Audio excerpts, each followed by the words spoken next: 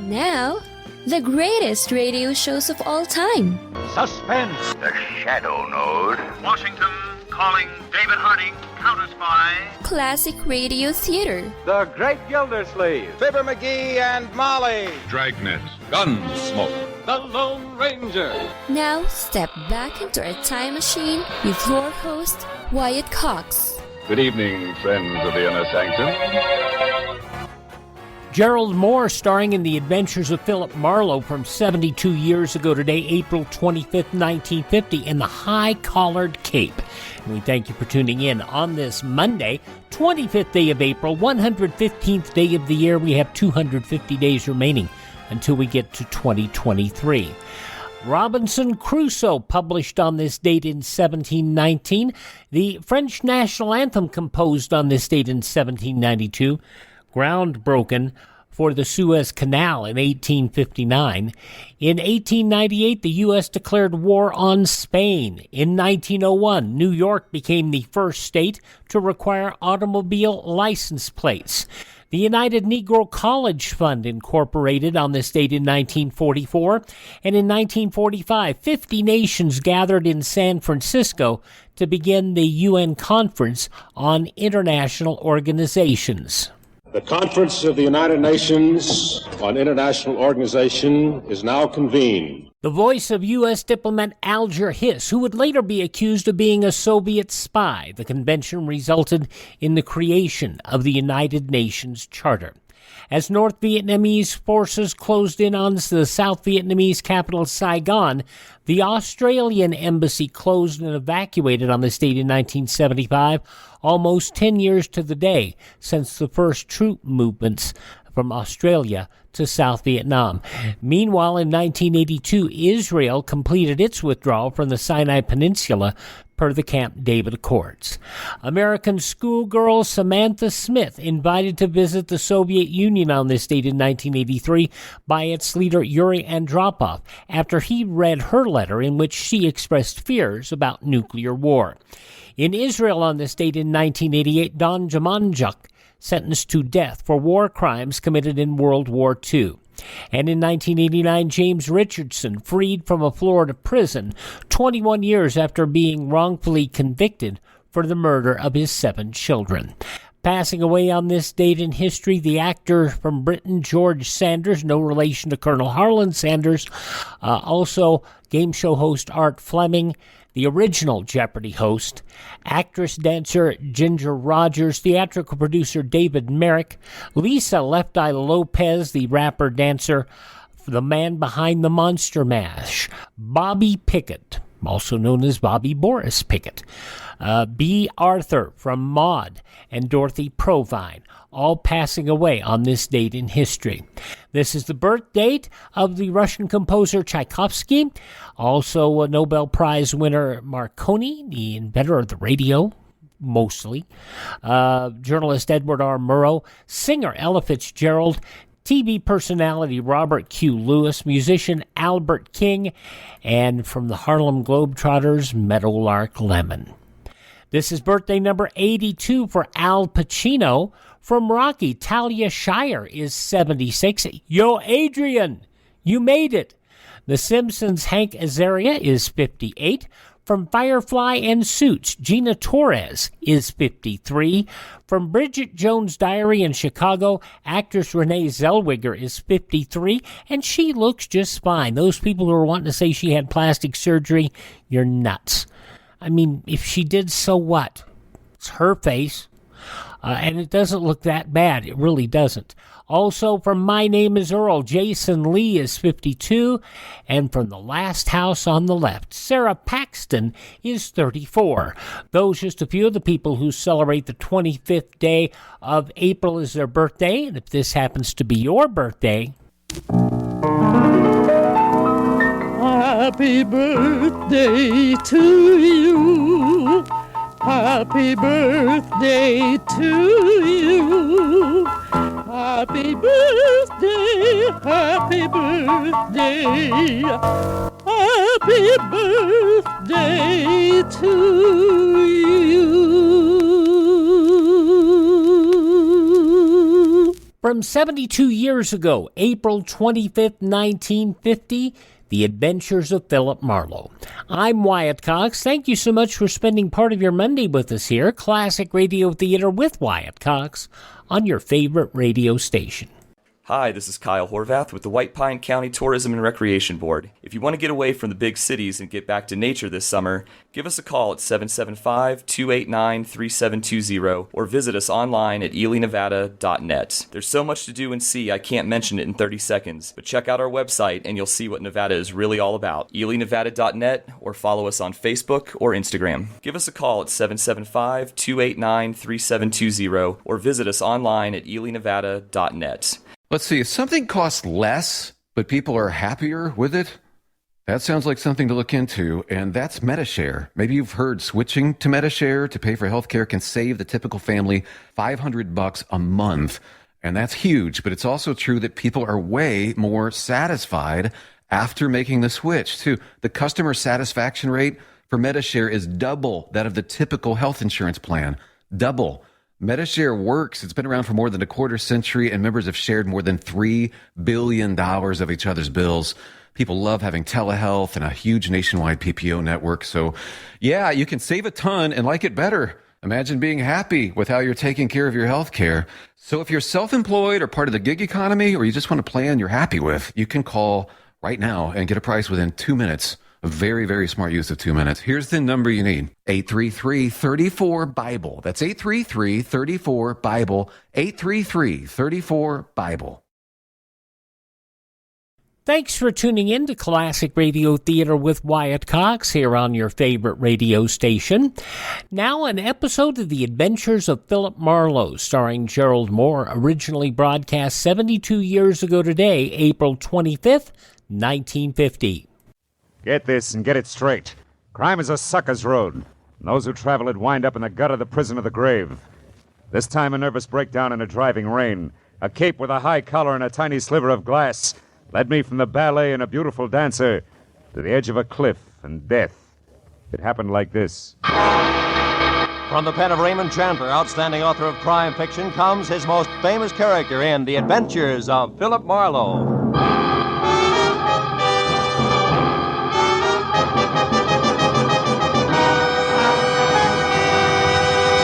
Now, with Gerald Mohr, starred as Philip Marlowe, we bring you tonight's exciting story, The High-Collared Cape.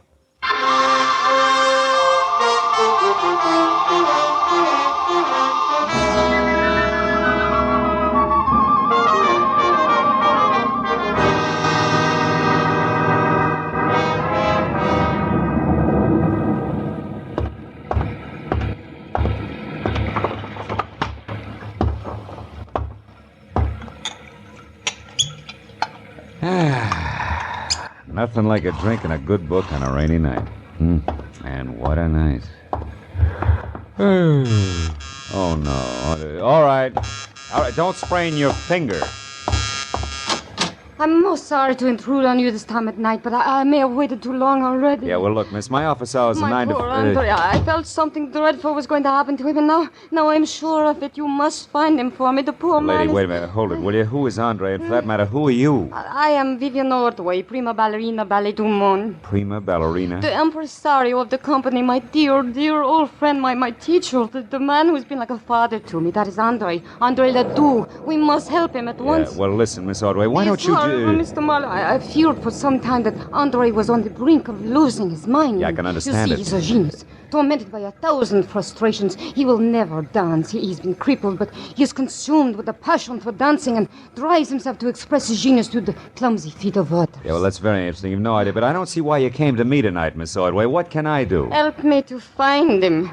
Yesterday, so something else happened to Andre. I don't know what, but it upset him. Then today at noon, when this awful rain started, he disappeared and... Oh, good heavens. Huh? 8:05. Yeah, what about it? I'll be late for the performance. Here, take this ticket and please come to the theater, Mr. Marlowe. I beg you. I'll pay you anything you ask. Only promise me you'll come. Well, Please. Okay, Miss Ordway. I'll be there as soon as I can.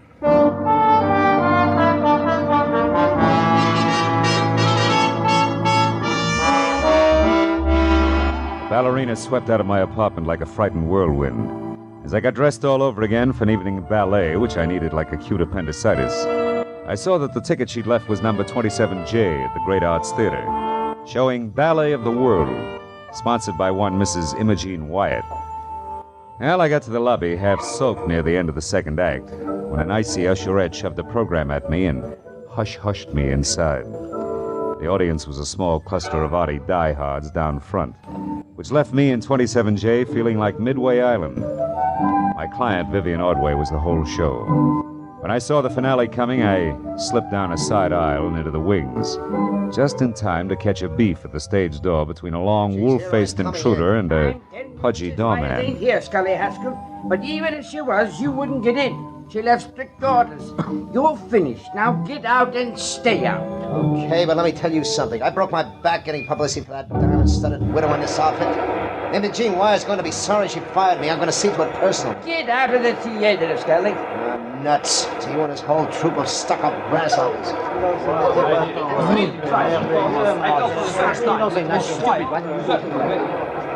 Oh, Mr. Marlowe. Yeah. Here.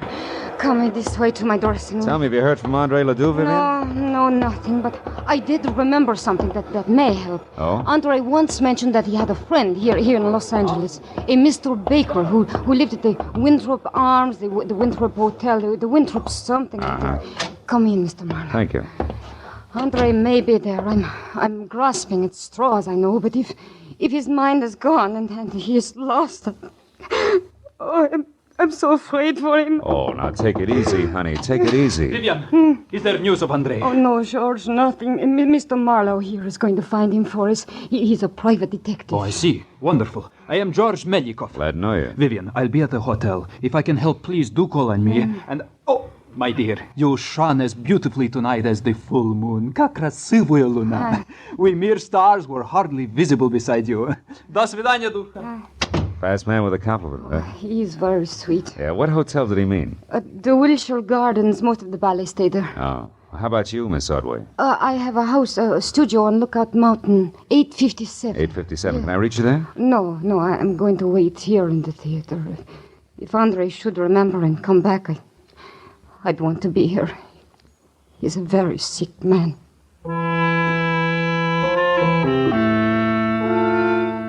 After I left the theater, a quick check in a phone book showed a Winthrop Arms apartment hotel on Havenhurst Drive.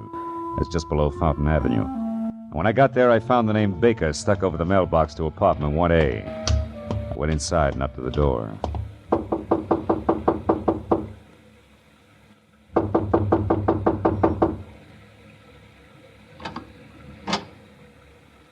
Yes? Andre Ledoux?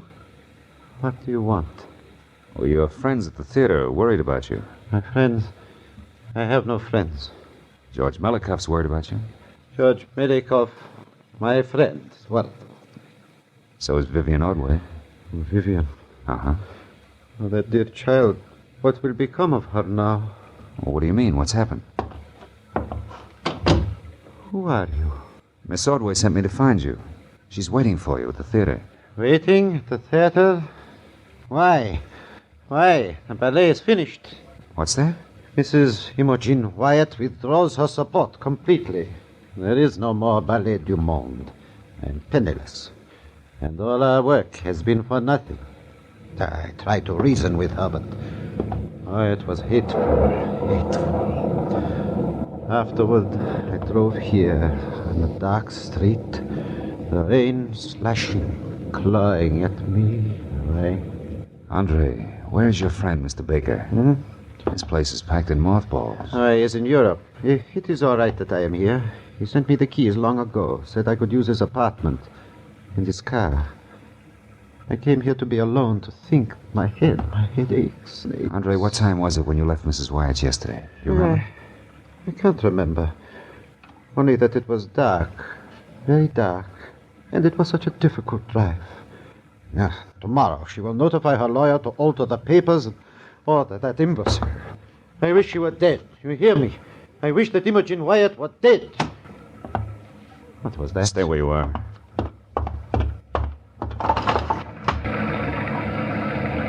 What is it? Do you see anything? No. Now look, Andre, about your headache. Wouldn't you like to see a doctor? Doctor? No, I'll be all right. I am all right. Understand? Yeah, sure. Well, do me a favor for your own sake. Stay here tonight, inside.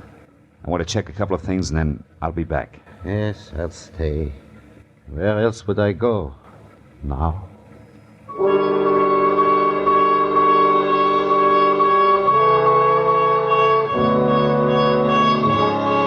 When I left, I was convinced that if the ballet impresario hadn't already slipped his trolley, another slight bump would do it. But two things bothered me. So first I walked around to the window again, but any trace of an eavesdropper had been washed away by the rain. Item number 2 was the strong imprint the drive home in the rain had made on Andre's troubled mind. I wanted to know why. The garage was under the building on the far side. The door was unlocked and a small light burned in the back. I finally found the car, a sleek, close-to-the-ground Hudson registered to Olin Baker, and found it with the first grim discrepancy. The left headlight and fender were still streaked with rain marks, but the right had been wiped clean. And when I reached in and switched on the lights, that cinched it. The glass in the right headlight had been replaced. It was brand new. Hey there. What are you up to? Just testing my friend's car. I may borrow it. You the attendant? That's right. Was you in here last night tinkering around with this here car? No. Maybe it was Mr. Ledoux. He had it out last night. Oh, no, it wasn't him. That was somebody else. I heard a noise. See, when I come out of my back room there, this guy beat it. He took off like a scared turkey. He had a big black cape on with a high collar, flapping in the wind. You better watch it, old-timer. That stuff's getting your eyesight. Looked like a cape to me. Huh? Well, I looked around, but I didn't see no harm done, so I went back to my room. What time was all this? Oh, way past midnight, maybe 1, 2 o'clock. I didn't pay much attention. Uh-huh. By the way, mister, careful of the nip. No, thanks. I'd like to use a phone. You got one? Oh, sure, back in the corner. I'll show you. I'll find it. The call is personal. Do you mind? Me? Just say not. Help yourself, Sonny. I'm too old to even be curious.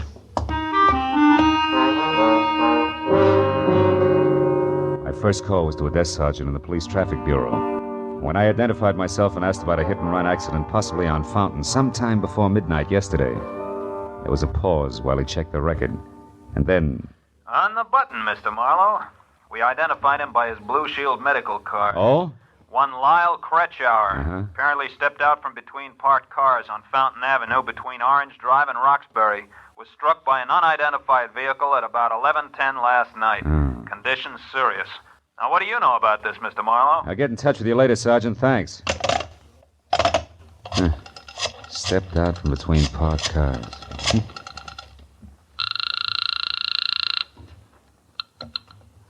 Great, that's the it. It's Philip Marlowe. I want to talk to Vivian Ordway. Oh, hang on a second, Mr. Marlowe. She's right here. Okay.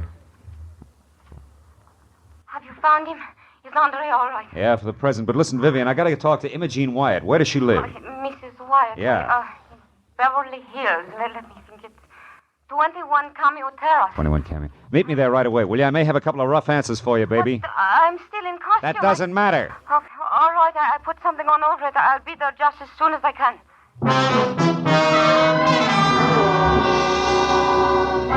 Between slick streets and visibility zero, it was a solid half-hour drive from the Winthrop Arms out to the swank Cameo Terrace. When I pulled up at number 21, I wondered what the wealthy widow had spent her money on. The house was so small, it must have been shingled with $20 bills to meet the zoning restrictions. I just started up the soggy gravel path toward the door when it came. As I started to run for the house, a green convertible I hadn't noticed before roared to life suddenly and disappeared down a side street. But I didn't have time to worry about it. Inside, I found Mrs. Wyatt on a dining room floor, fighting a losing battle with the distance to the telephone. Accident last night. I was going to ruin it all. Now, Andre let do.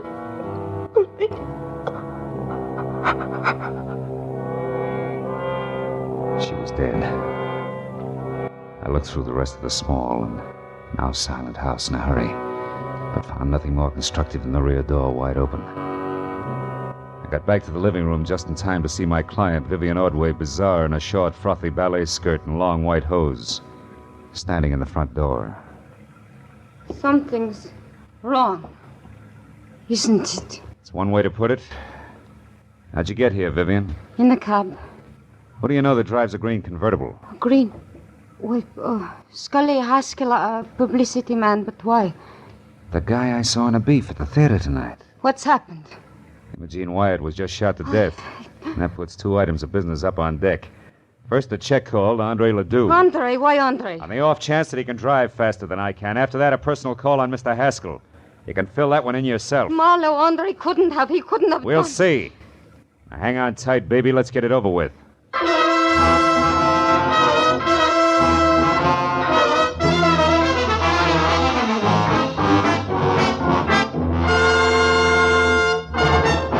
In just a moment, the second act of Philip Marlowe. But first...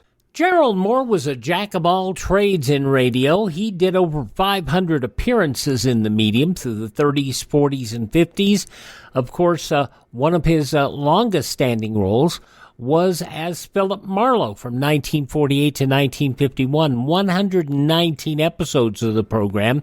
He also starred as Michael Lanyard in The Lone Wolf, and one of the actors who played Archie Goodwin in The New Adventures of Nero Wolfe. He also was a lot of The Whistler, the Damon Runyon Theater, and Frontier Town.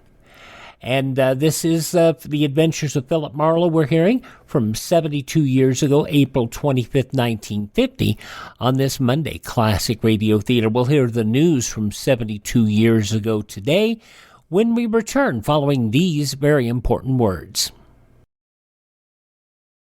No offense, but are you a little fat when you look in the mirror? How would you like to learn the secrets to lose 3 to 5 pounds a week easily without joining the gym or going through any crazy diets? It's called Body Sculpt by Med Diet. For the last 2 decades, we've been helping people just like you that have pounds they want to shed. We've helped millions of people lose thousands and thousands of pounds over the years. And now it's your turn. Learn the secrets of how to lose weight with one simple phone call. You'll see an amazing difference in a matter of days. Don't believe us? We'll offer you a money-back guarantee. If you're ready to start losing weight right now, call right now to learn more about your risk-free order to Body Sculpt. Call for your risk-free offer. 800-738-5332. 800-738-5332. 800-738-5332. That's 800-738-5332. Are you in bad pain? You know what I mean. Your knees hurt. Your shoulder hurts. Your elbow and back are constantly killing you. And I'm sure you've tried every pain pill or cream available at the drugstore. Am I right? Well, here's something you haven't tried. Pain Magic.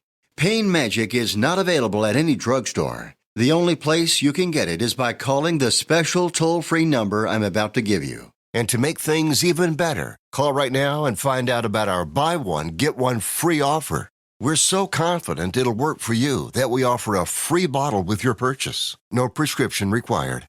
Call now to learn how you can get Pain Magic and get rid of your pain. Remember, your results may vary. 800-492-8164. 800-492-8164. 800-492-8164. That's 800-492-8164.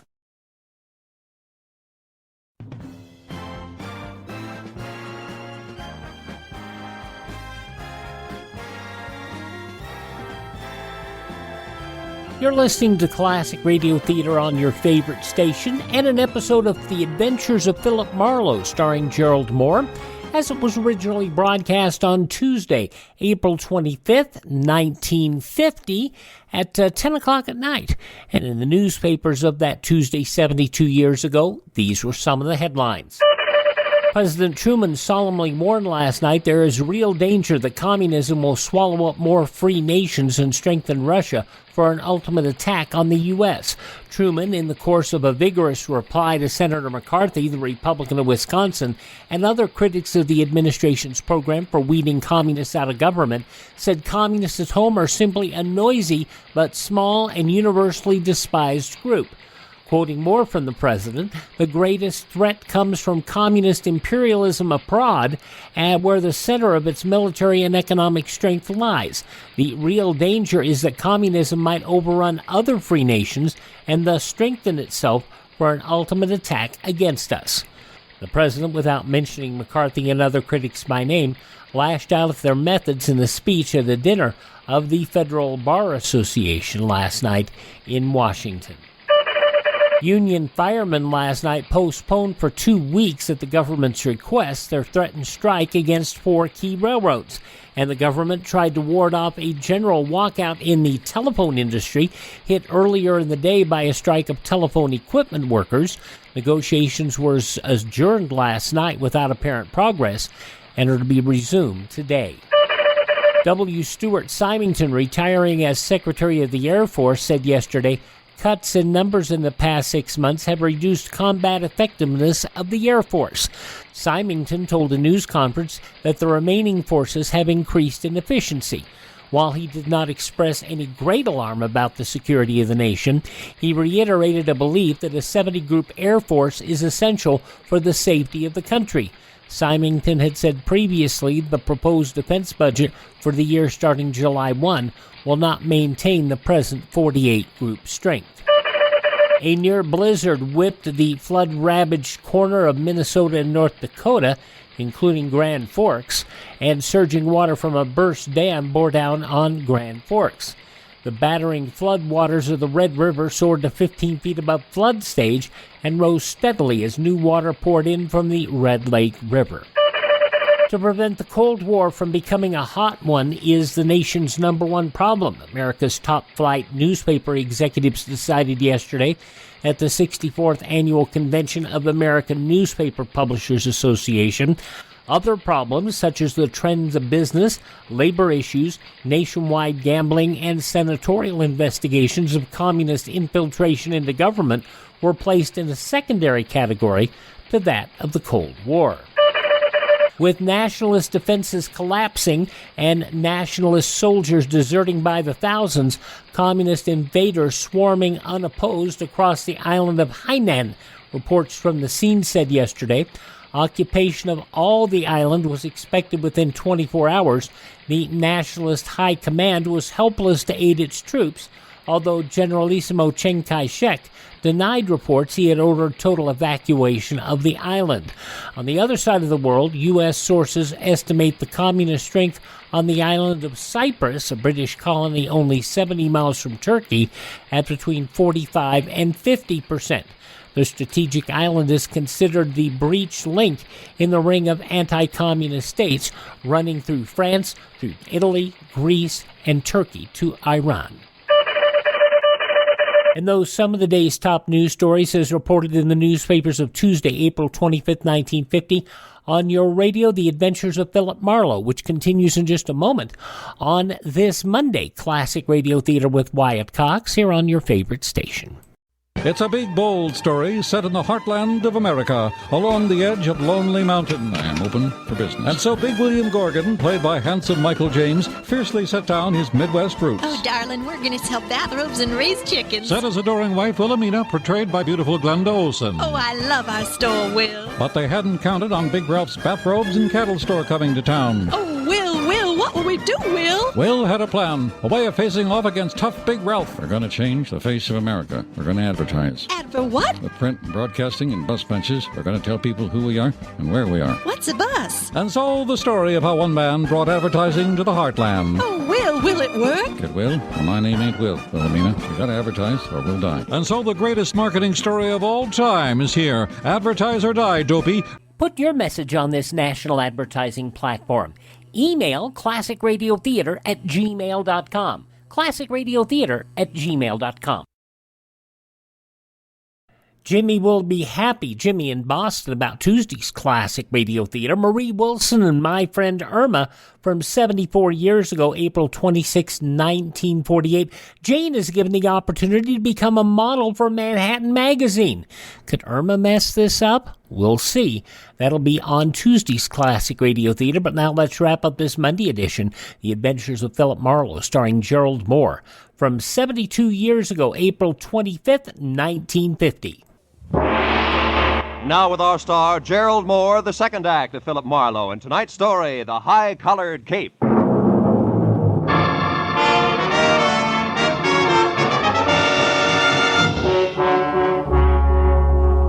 It made a cockeyed picture.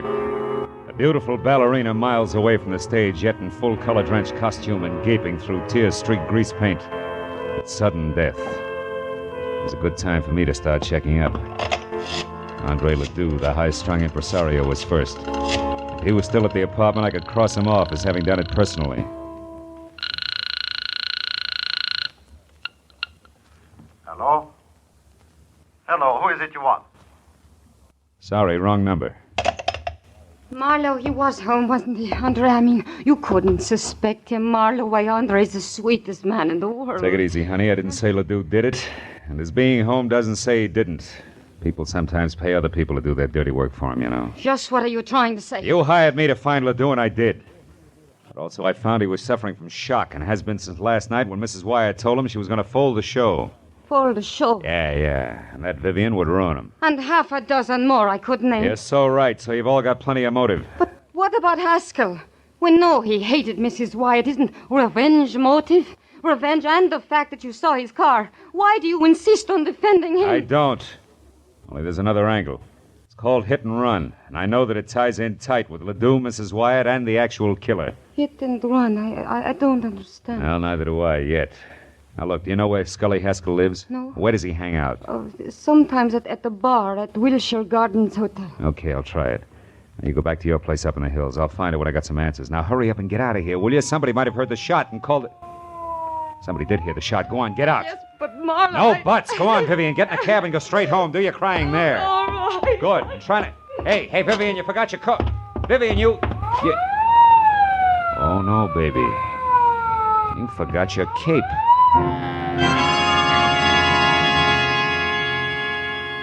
For a long second, I just held it tight and stared. High Elizabethan collar, enough gathered cloth to rig old Ironsides. It could have been what the garage attendant thought he had seen running away from the car Ledoux had used. But the garage attendant could have been mistaken, too. I told myself that leaping high to conclusions was strictly for ballet dancers. I jammed the cape into a small bundle and left via the service entrance just as the police sirened up. I took the Great Circle route back to my car, tossed the cape on the seat next to me, and drove fast to the bar at the Wilshire Gardens Hotel.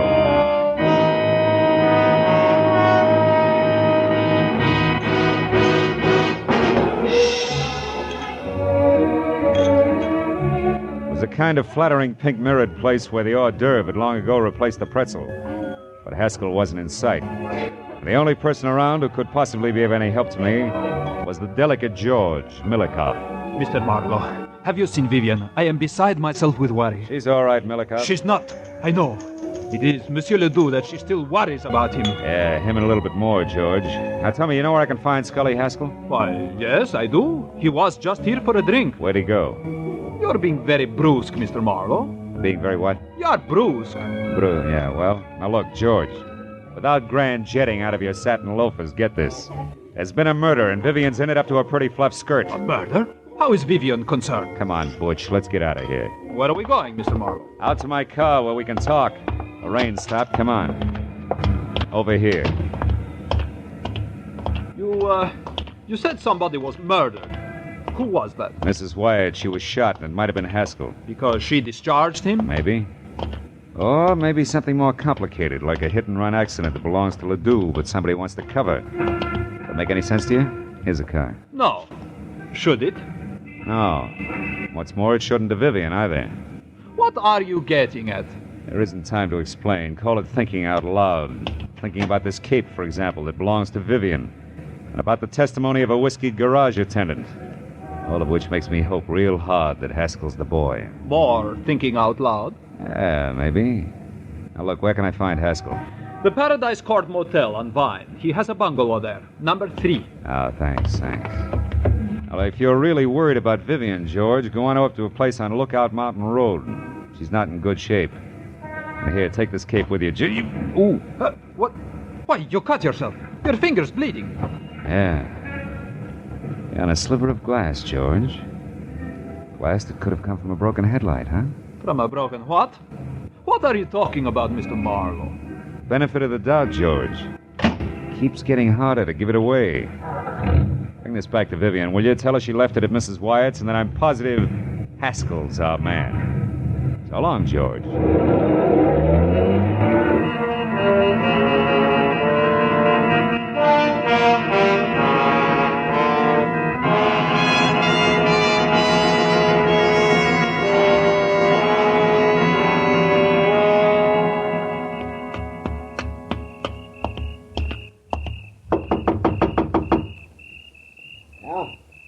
That you, Nancy? Not quite. The name's Marlowe. I want to talk to you, Haskell. Don't waste your breath, Skip Chaser. I'm broke, and I'm going to stay broke until the 1st of next month. After that, you can get in line. Who are you fronting for, the finance company? Imogene Wyatt's dead, Haskell. What did you say it? What's a gun for? You lousy temper. Get back. Hey, wait a minute. I saw you at the theater tonight. And I heard you, which puts me out in front. Now do we talk, Haskell? About what? Mrs. Wyatt's murder. You were sloppy. And you're off your nut. I didn't shoot her. I didn't even... Slips, huh, kid? So I know she was shot. Doesn't prove I did it. Come on, why'd you kill Mrs. Wyatt? I didn't. How'd you know she was shot? Because it happened just as I got out of my car and started toward her place. I was going up there to read her off. The shot scared me away. Use your head, Marlowe. I was sore, but I didn't kill her. No, but interference on that hit and run you were covering was plenty of reason. What are you talking about, hit and run? Hit and run! Don't move, Haskell. Nuts. I said don't move! Congratulations, handsome. That's just what I had in mind. Close the door and stand still. Sure. Now what? The name's Nancy Connor. Occupation? Ex-friend of the unconscious.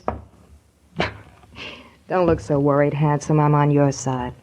I had something in mind exactly like that left cross you just threw. Is that cold, Yeah. What's your beef? I took this louse to a party with me last night, and he got so stinking drunk that I'm still apologizing to people. He was with you last night? Me and a couple of fifths of bourbon. From 8:30 till 5 a.m. And on Malibu. He never left? Not for a second. The loudmouth was positive nobody could get along without him. What's that got to do with you? Too much. Tell Haskell I'll be in touch, will you? I gotta run now. Oh. What are you looking at? It's just a program from the ballet, isn't it? Huh? Yeah. Oh, Haskell has them all over the place, after all. Yeah, sure. So? Oh, so like I said, Nancy, I gotta run.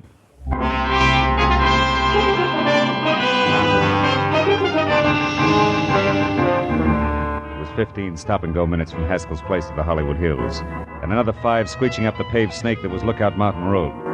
Finally, I was there out of my car and running toward number 857, which was a collection of windows and a rustic log frame half jutting out into space. And around in the back, there was a wooden sun deck. Below it, on either side, huge rocks that lined the edge of the cliff. Directly below, only the dark, bottomless canyon. On the end of the porch near me, there was a long flight of stairs. And I started up, one careful, noiseless step at a time.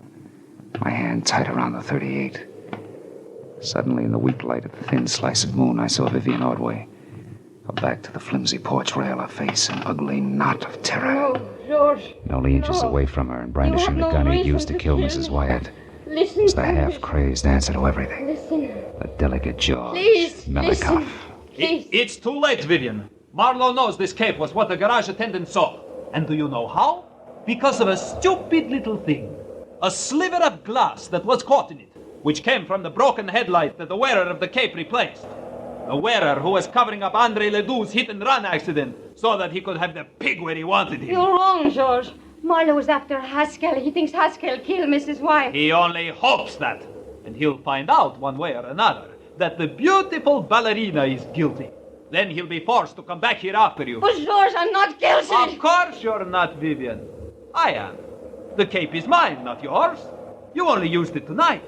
That's the only thing he doesn't know, and never will. Because you will have killed yourself after confessing to me. No. It's the only way, Vivian. You or me. But it's always been that way, hasn't it? Even in the ballet, where one or the other of us had to be starred. Too bad it wasn't I. Yeah, crying shame, Melikov. Get away from that rail, Vivian. Go to the other end. Helicopter, no!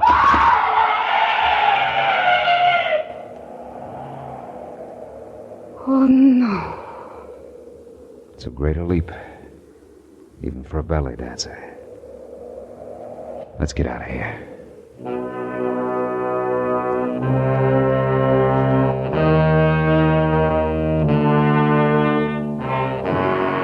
A long time at police headquarters, but finally all concerned had made their statement. The law was more or less satisfied, and Andre Ledoux, who never knew he'd hit anyone, was cleared of hit and run. That left me and the ballerina driving to a friend's house, where she was going to spend the night. Phil, I know you must have had enough of questions and answers, but... But? Yes. The reason George killed Mrs. Wyatt. Well, you see, Vivian, it started last night when George went to see Andre Ledoux because he was so bitter about his part in the show being cut down.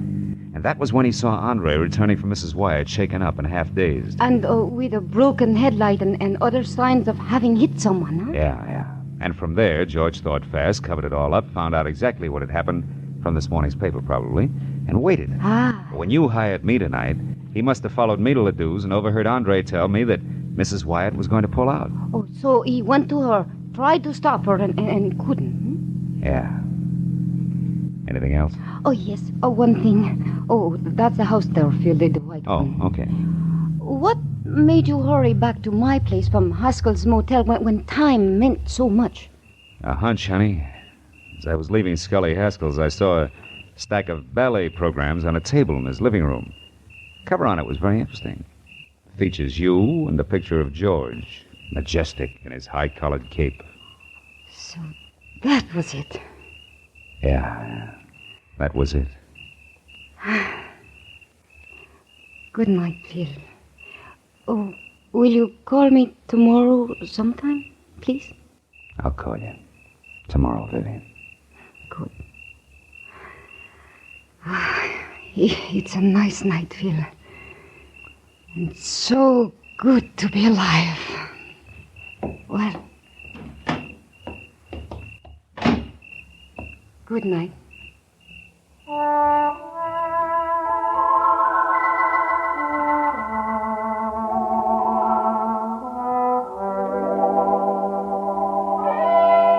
Well, I drove straight home in the quiet, empty hour through the quiet, empty streets, thinking all the way about ballet, which to me had always been something very delicate.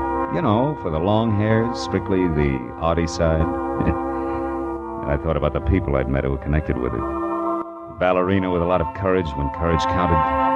The high-strung Andre Ledoux, Haskell the muscle man, and George, as vicious as anything I'd ever met on Skid Row. And I was still thinking about them when I got out of my car. But then for the first time, I noticed a little white envelope on the seat next to me. It had my name on it. And inside was a ticket for tomorrow's matinee. Same seat I had before. Yeah, well, I figured I'd go. You know, those leaps they do, they're pretty good. What do you call them? Tour. Yeah, they're pretty good.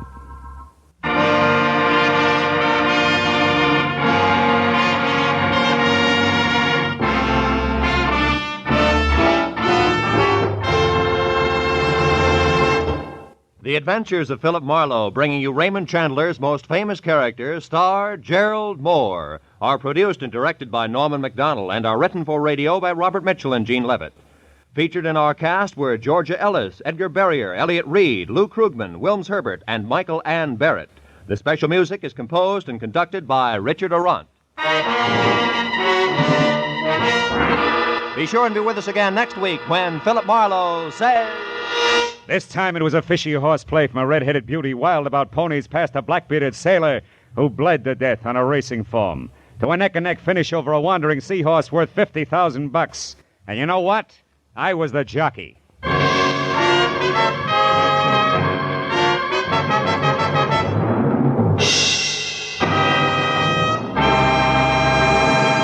72 years ago, April 25th, 1950, The Adventures of Philip Marlowe on Classic Radio Theater with Wyatt Cox.